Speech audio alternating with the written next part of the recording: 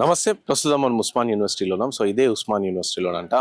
So రీసెంట్గా ఇప్పుడు security guards అందరూ వచ్చి ఇక్కడ లోకల్గా ఉన్న ఎవరైతే సెక్యూరిటీ ఉంటారో యూనివర్సిటీకి సంబంధించి వాళ్ళు వచ్చి సో ఇక్కడ ఉస్మాన్ యూనివర్సిటీలో ఆర్ట్స్ కాలేజ్ వేదికగా యూనివర్సిటీ మొత్తంలో కూడా సో యూట్యూబ్ ఛానల్స్ అలవ్ లేదు అని చెప్పేసి వారు చెప్తున్నారు. సో దానికి మేము దానితో మాట్లాడుతూ సో మేము సర్క్యులర్ తీసుకురండి వెళ్ళిపోతామని చెప్పి చెప్తాము. ఇదే ఉస్మాన్ యూనివర్సిటీ అంటే ఎవరు కూడా విద్యార్థులు కూడా ఎవరు కూడా ఇక్కడ ప్రెస్ మీట్లు పెట్టొద్దు, ఎవరు మాట్లాడద్దు, వాళ్ళకి సపోర్ట్గా మీడియా కూడా వచ్చి చూపించొద్దు అని చెప్పేసి ఛానల్స్ అంటే జర్నలిస్టులు అంటే మీడియా అంటే కేవలం శాటిలైట్ ఛానల్స్ అని చెప్పేసి ఇక్కడ వాళ్ళు మాట్లాడుతారు. మీరు ఎట్లా మాట్లాడుతారు అంటే మా వీసీ చెప్పిండు, మాకు మా ప్రిన్సిపల్ చెప్పిండు, కాసిం సార్ చెప్పిండు, మా వీసీ ఎం కుమార్ ఉన్నారు వాళ్ళు చెప్పారు. సో వాళ్ళు వర్బల్గా చెప్పారు కాబట్టి మేము అలౌ చేయమని చెప్పేసి వాళ్ళు ఇక్కడ మాట్లాడుతున్న పరిస్థితి. సో మాట్లాడిన ఉస్మాన్ యూనివర్సిటీ వేదికగా చాలా మంది విద్యార్థులు ప్రెస్ మీట్ పెడుతుంటారు, చాలా మంది విద్యార్థులు ఇక్కడ నిరసన తెలుపుతుంటారు.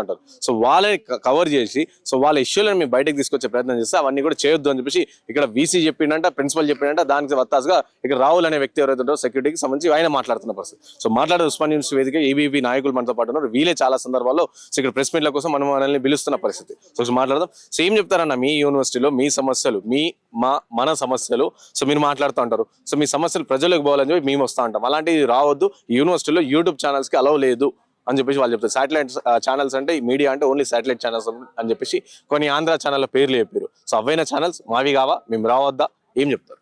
ఈ రాష్ట్ర ముఖ్యమంత్రి వేటి న్యూస్ కాంక్లేవ్కి పోతాడు. అది డిజిటల్ మీడియానో లేకపోతే ఇంకో మీడియానో ఒకసారి తెలుసుకోవాలి, శాటిలైట్ మీడియానో. నేను అట్లా అంటలేను.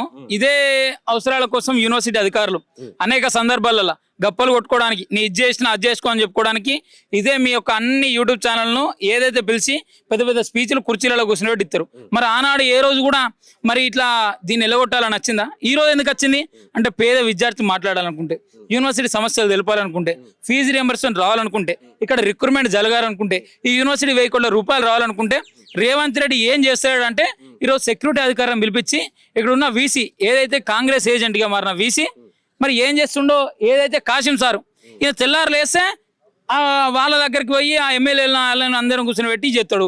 ఈయన పొద్దుగా లేస్తే నేను వీడియోలు చేసుకోగానే అర్థం లేదు. ఈయనకి ఎంతైతే ప్రజాస్వామ్యబద్ధంగా రాజ్యాంగం ఇచ్చిన హక్కు మాట్లాడే హక్కు కల్పించిందో ఆ కుర్చీలో కూర్చున్నాడు. ఆ కుర్చీలో కూర్చున్న తర్వాత కూడా తెల్లారు యూట్యూబ్లో ఒక వీడియో వదులుతాడో, యూట్యూబ్ వాళ్ళకు ఏ విధంగా మన రోజు వాయిస్లు ఇస్తుండో అదే మన తొలివేలకు వచ్చి సార్ ముంగిన మైక్ పెడితే అదే తొలివేలు రగన్న సార్ గంట సేపు ఇంటర్వ్యూలు చేసుకుంటారు. ఆ రోజు ఏ రోజు కూడా అడగరు, అదే మా వీసీ సార్ ప్రెస్ మీట్ పెడితే అన్ని ఛానల్ పోతాయి. అదే అందులో ఇప్పుడు శాటిలైట్ మీడియా పోతుంది, అదే ఎలక్ట్రానిక్ మీడియా పోతాయి, అన్ని మీడియాలు పోతాయి, యూట్యూబ్ ఛానల్స్ కొడతాయి. ఆ సార్ కూడా ఏదో అడగడు. ఎందుకంటే వాళ్ళకు ప్రయోజనం కోసం, వాళ్ళ ప్రయోజనం కోసం ఉంటే ఎవరు నాపరు, విద్యార్థుల ప్రయోజనం కోసం ఉంటే అన్న ఆపుతారు. అరే ఎవరిచ్చారు రైటు? భారత రాజ్యాంగ నిర్మాత అంబేద్కర్ ఎక్కడన్నా మాట్లాడే హక్కు లేదన్నాడా? మీరెవరు చెప్పడానికి? ఆ కుర్చీలో కూర్చోవడానికి కూడా నువ్వు ఒక ఎస్సీ సామాజిక వర్గానికి చెందినైనా నువ్వు ఈ రోజు ఆ కుర్చీలో కూర్చునే అవకాశం కూడా వచ్చిందంటే భారత రాజ్యాంగ నిర్మాత అంబేద్కర్ ఇచ్చిన హక్కే. ఆ అంబేద్కర్ హక్కు నీకు ఏ విధంగా కుర్చీలో కూర్చోవాలని ఇచ్చిండో, అంబేద్కర్ సమస్యల మీద మాట్లాడాలి హక్కు మాకు ఇచ్చిండు అంబేద్కర్ కూడా. మీ సమస్యల మీద కొట్లాడు రబ్బే సమాజంలో తెలుపుర్రి, సమస్య సమాజంలో తెలిపినప్పుడే పరిష్కారం అయింది. ఈ అధికారులు తెలవాలంటే ఇవన్నీ తెలవాలంటే ఒక ఏదైతే మీడియా ముఖంగా ఏదైతే ప్రింట్ కావచ్చు, ఎలక్ట్రానిక్ మీడియా కావచ్చు, డిజిటల్ మీడియా కావచ్చు, వీటి ముఖంగా మీ సమస్యను తెలవనెత్తాలని రాజ్యాంగం కల్పించిన హక్కును మేము వాడుకుంటాం. ఈ రాజ్యాంగం కల్పించే హక్కుల ఈ వీసీ సార్ ఎవరు, ఈ కాసిం సార్ ఎవరు, ఈ సెక్యూరిటీ అధికారులు ఎవరు అంటే వీళ్ళ ప్రయోజనాల కోసం ఇక్కడ ఉన్న ఆర్ట్స్ కాలేజ్ ప్రిన్సిపాల్ ఉన్నాయనేమో డైరెక్ట్ వాళ్ళ రూమ్కి పోయి మైకులు పెడితే ఏ రోజు మాట్లాడరు. అదే ఆర్ట్స్ కాలేజ్ ప్రిన్సిపల్స్ లా సార్ మాకు హాస్టల్ సదుపాయాలు బాగాలేవు, రిక్రూట్మెంట్ జరుగుతలేవు, ఇక్కడ బోధన సిబ్బంది లేదు, ఇక్కడ ఉన్న మన స్కాలర్షిప్ పత్తలేవు, మా సర్టిఫికేట్లు ఆగిపోయినాయి, మాకు సర్టిఫికేట్ చెప్పితే రేపు పొద్దున చదువుకు దూరం అవుతున్నావు అని ఇదే యూనివర్సిటీ ఆర్ట్స్ కాలేజ్లో నీకు తెలిసిన అన్న ఒక అన్న కేసేసిండు. ఆ కేసే తాగరికి తీర్పు వచ్చింది. ఆయన చేతిలో పట్టుకొని పోయిండు. అంటే కేసు వేసేదాకా పోవాలి. ఒక ఆర్ట్స్ కాలేజ్ ప్రిన్సిపాల్ కావచ్చు, ఇక్కడ ఉన్న వీసీ సార్ కావచ్చు. అంటే ఫీజు రియంబర్స్మెంట్ ఇవ్వాలంటే మాట్లాడద్దు, అంటే మీ ప్రయోజనాల కోసమే మీడియాను మాట్లాడుకోవాలి. కాబట్టి ఏదైతే వీసీ సార్ ఉన్నాడో ఇక్కడ ఉన్న ఆర్ట్స్ కాలేజ్ ప్రిన్సిపల్ ఎవరైతే చెప్పి ఇక్కడ ఉన్న యూట్యూబ్ ఛానల్ కావచ్చు, మీడియా వాళ్ళని కావచ్చు రాకుండా చేస్తుండో, మీరు నిజంగా కూడా ఒక కాంగ్రెస్ ఏజెంట్ గానన్నా మారు.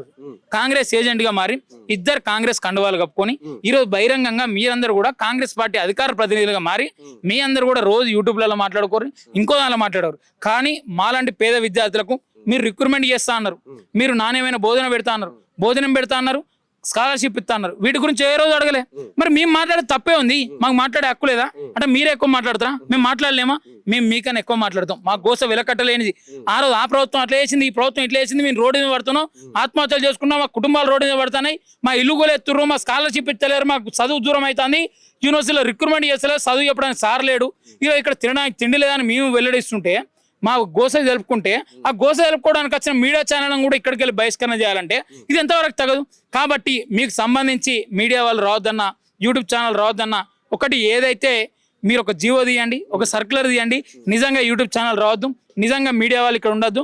ఇక్కడ నిజంగా మీరు విద్యను ప్రోత్సహించాలనుకుంటే మాకు కావాల్సిన డిమాండ్లను మీరు నెరవేర్చండి. మీరు 1000 కోట్లు ఇస్తే యూట్యూబర్లు రారు, రిక్రూట్మెంట్ చేస్తే యూట్యూబర్లు రారు, ఇక్కడ హాస్టల్లో మీరు మంచి భోజనం పెడితే యూట్యూబర్లు రారు, స్కాలర్షిప్లు ఇస్తే యూట్యూబర్లు రారు. మా సమస్యలు నెరవేరితే మేము మాట్లాడలేం, యూట్యూబర్లు కూడా మా దగ్గర రారు. కాబట్టి సమస్యలు మీకు మాట్లాడు, సమస్యలు నెరవేర్చడం మీతో అయితే కాబట్టి మేము మాట్లాడుతున్నాం. మా సమస్యలు నెరవేర్తలేవు, రేపో ఇయ్యాలనో మాపో తెల్లారో మా సమస్యలు మీరు వినన్నా ఏమైనా చేస్తారని మాకుంటే ఆ నమ్మకంతో మేము మీడియాలో మాట్లాడుతున్నాం. ఇలాంటి మీడియా వారిని కించపరుస్తూ సెక్యూరిటీ వారితోటి ఇక్కడ నుండి ఎల్లగొట్టే ప్రయత్నం చేసిన వీసీ కావచ్చు, ఆర్ట్స్ కాలేజ్ ప్రిన్సిపాల్ కావచ్చు, మీడియా వారికి వెంటనే క్షమాపణ చెప్పాలి. ఏదైతే మీరు పెట్టుకున్నప్పుడు మీకు నచ్చినప్పుడు యూట్యూబ్ ఛానల్ని ఎంకరేజ్ చేసుకొని పక్కా పెట్టుకొని మాట్లాడేటప్పుడు మరి ఈనాడు పేద విద్యార్థులకు కూడా మేము ఏం చేయలేకపోతున్నాం, రిక్రూట్మెంట్ చేయలేకపోతున్నాం, ఈ స్కాలర్షిప్ చేయలేకపోతున్నాం. సర్టిఫికేట్ ఇది ఒక గవర్నమెంట్ యూనివర్సిటీ, ఈ గవర్నమెంట్ యూనివర్సిటీ ఉద్యమాల గడ్డ అని ఏదో కుమార్ సార్ వచ్చినప్పుడు రాలే, కాశీం సార్ వచ్చినప్పుడు 100 సంవత్సరాల చరిత్ర, అనేక ప్రభుత్వాలు ఇక్కడికి వెళ్ళి ప్రభుత్వాలు కూడా మేము తెలంగాణ ఉద్యమాన్ని వదిలేస్తాం అన్నప్పుడు విద్యార్థులు ఏకమై ఇదే యూనివర్సిటీలోకి వెళ్ళి అనేక మంది ప్రాణత్యాగాలు చేసి తెలంగాణ ఉద్యమాన్ని ఉవ్వెత్తున లేపిన ఘనత ఇక్కడ ఉన్న విద్యార్థులకి. అలాంటి విద్యార్థులు గోసపడుతున్నాం, గోస తెలుపుకోవాలి. ప్రభుత్వాలు వచ్చినాయి, తెలంగాణ రాష్ట్రం సిద్ధించింది, అయినా మాకు గోసలు తీరుతున్నామని మాట్లాడుతున్నాం. ఇదే ఈ సార్లు ఎక్కడో అన్న మరి ఏదో అన్న మాట్లాడి ఇదే బీఆర్ఎస్ సాయంలో ఇక్కడనే బోర్డు పెట్టి రిక్రూట్మెంట్ చేయాలి, 1000 కోట్లు చేయాలని మొన్న మాట్లాడిన సార్లు, రిక్రూట్మెంట్ చేయాలని మొన్న మాట్లాడిన సరియాల మీరు నోర్లు ఎందుకు మూవ్ అయినాయి అంటే కాంగ్రెస్ పార్టీ ఏజెంట్ లెక్క మారిరా. కాబట్టి వీడికి సమాధానం చెప్పాలి. నిజంగా వీడికి సమాధానం చెప్పి మీ దగ్గర ఏమైనా జీవో ఉంటే దాన్ని తీసుకొని రారి, మీడియా వాళ్ళు రారు, అప్పుడు మాట్లాడదాం. ఇంకోటి, ఈ యొక్క యూనివర్సిటీ నాట ఫస్ట్ జీవో తీసారు, సర్క్యులర్ తీసారు, ఏమని చేసారు, ఇక్కడ ఉద్యమాలే చేయొద్దట, ఇక్కడ పోరాటాలే చేయొద్దట, చదువుకోవాలన్నట, అంతేనట. అకాడమికే నడవన్నట్టు. అకాడమిక్ నడవాలంటే నువ్వు అకాడమిక్ ఏమైనా చేస్తే అకాడమిక్ నడుతుంది.